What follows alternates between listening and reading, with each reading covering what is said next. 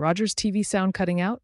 You're not alone. The most common causes are incorrect audio format settings, HDMI CEC conflicts, and faulty cables. Let's tackle these one by one. First, access your Rogers box settings, usually via the remote settings menu. Navigate to Audio and ensure the output format is set to PCM. This uncompressed stereo format is universally compatible and often resolves sound drops. If that doesn't work, disable HDMI CEC on your TV.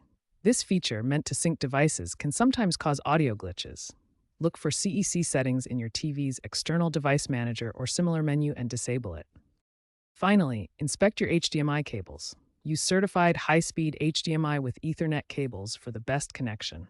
Ensure they're securely plugged in and not damaged. Try a new cable to rule out hardware issues.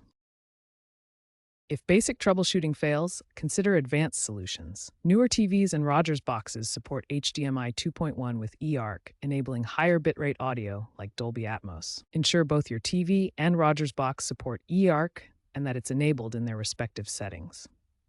This provides a more stable audio connection. Wireless audio is gaining traction, bypassing HDMI issues altogether. Keep your Rogers box firmware updated via the Ignite app or by pressing A, then Help on your remote.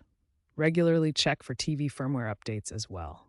Rogers is planning software updates that will automatically detect and correct audio format issues, potentially eliminating many user-reported problems.